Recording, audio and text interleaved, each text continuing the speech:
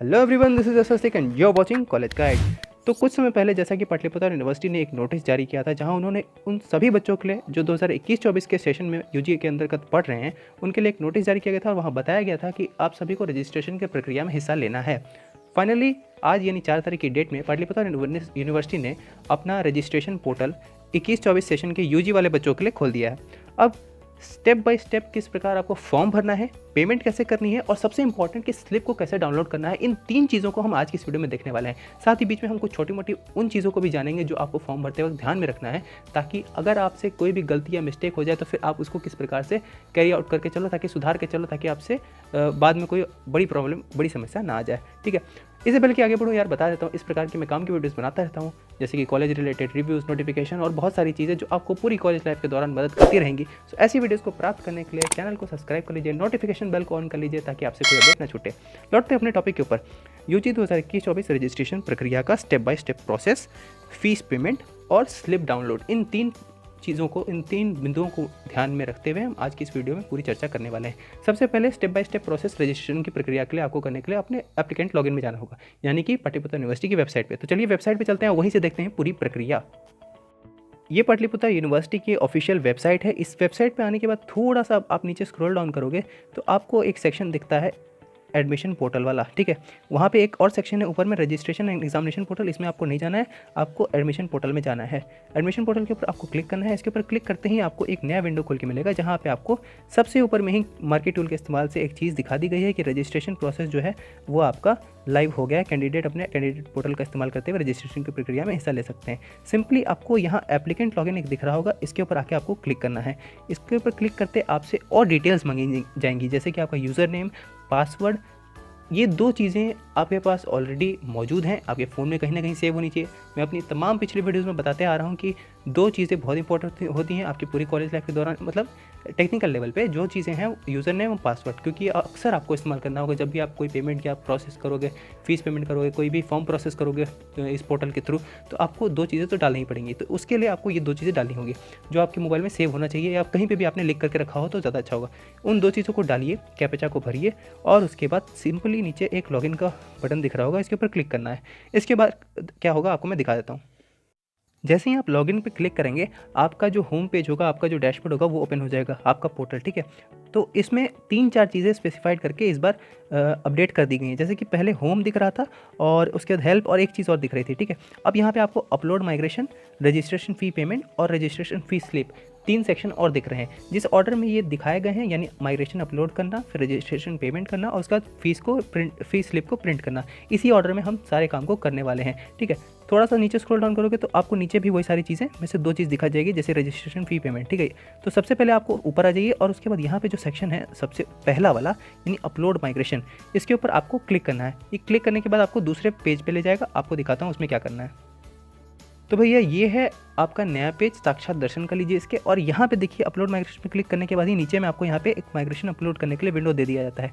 यहाँ पे आपको अपने फ़ोन से माइग्रेशन ब्राउज करके लाना होगा, मतलब माइग्रेशन अपने फ़ोन से खोज करके लाना होगा आपने, या फिर अपने सिस्टम पे जहाँ पे भी सेव कर रखा है उसको लाना होगा और उसके बाद यहाँ पे अपलोड करना होगा। ठीक है, और उसके बाद थोड़ा सा और नीचे स्क्रॉल डाउन करोगे तो 2 चीज़ें और भरने की है। अब इन चीज़ों को ध्यानपूर्वक सावधानी से भरिएगा, क्योंकि बहुत ही इंपॉर्टेंट चीज़ें होती हैं माइग्रेशन वगैरह, रजिस्ट्रेशन से रिलेटेड सारी चीज़ें। ठीक है, कई बच्चे गलती कर देते हैं, फिर सुधार कैसे होगा, यूनिवर्सिटी के ऑफिस जाएँ या कॉलेज जाएँ, बहुत दिक्कत हो जाती है। मैं समझ सकता हूँ कि आप लोगों को भी कुछ परेशानी बहुत ज़्यादा हो जाती है, इसीलिए आप इतने सवाल करते हो, लेकिन उस परेशानी से बचने के लिए सबसे अच्छा उपाय ये रहेगा कि आप सारी चीज़ें ध्यानपूर्वक करें।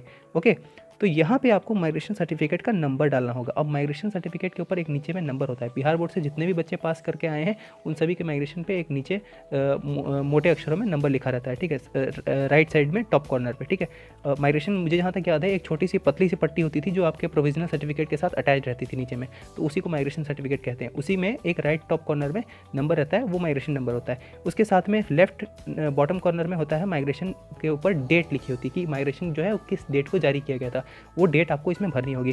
2 चीज़ें आप भर लेंगे तो उसके बाद save migration information and continue करना होगा। इसके ऊपर आप क्लिक करेंगे तो आपको नए पेज पे रीडायरेक्ट कर दिया जाएगा।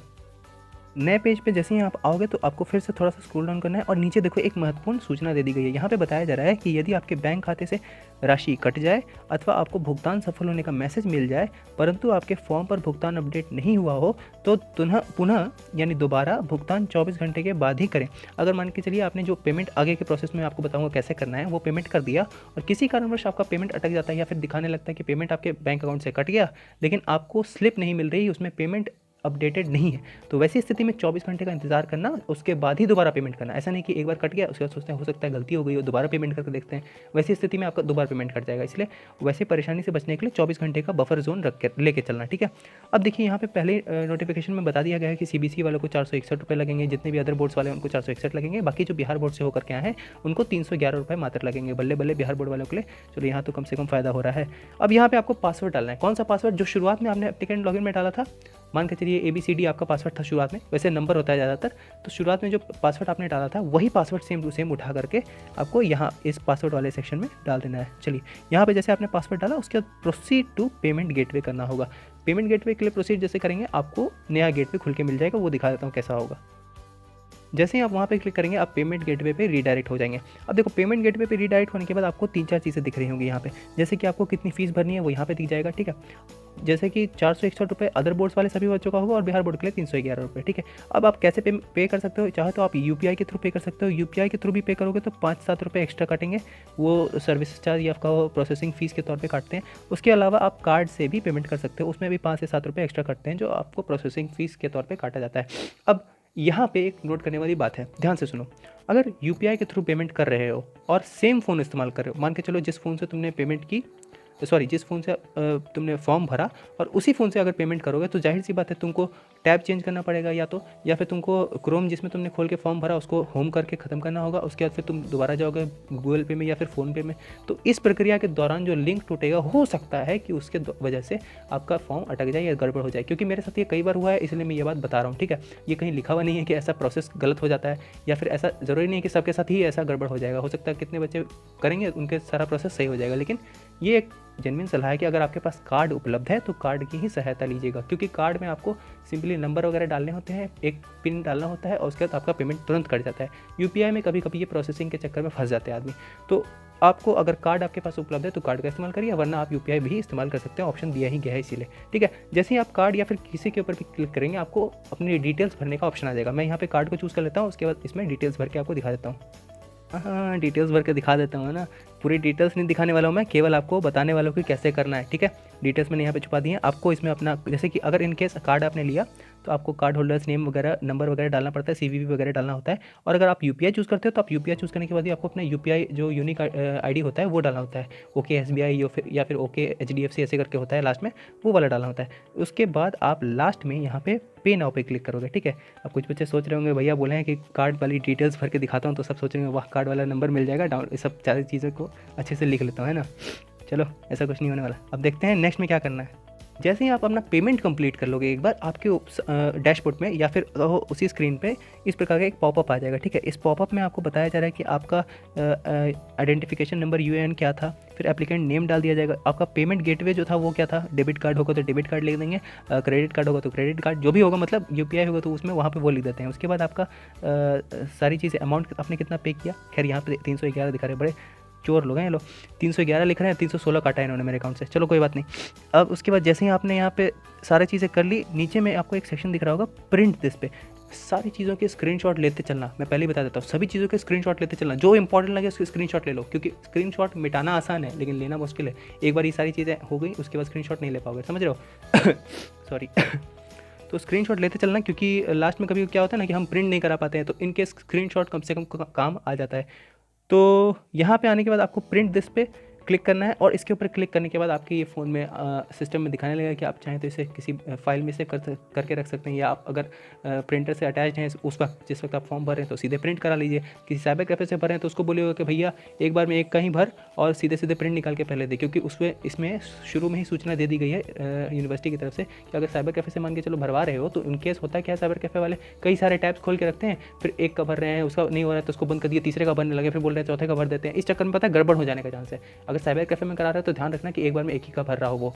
इस प्रकार से आपको पूरा फॉर्म भरना है और आपकी फॉर्म भरने की प्रक्रिया समाप्त होती है यहीं पे। सो ये था साधारण सरल भाषा में आसान सा प्रोसेस, किस प्रकार आपको ध्यान रखते हुए चलना है और अपना पूरा रजिस्ट्रेशन प्रोसेस कंप्लीट करना है।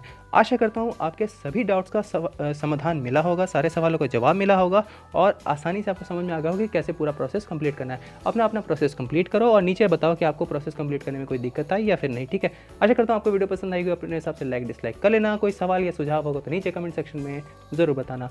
चैनल को सब्सक्राइब करना मत भूलना और दोस्तों में ये वीडियो फैला। तो मिलते हैं फिर किसी अगली वीडियो में। Stay connected, stay updated with college guide.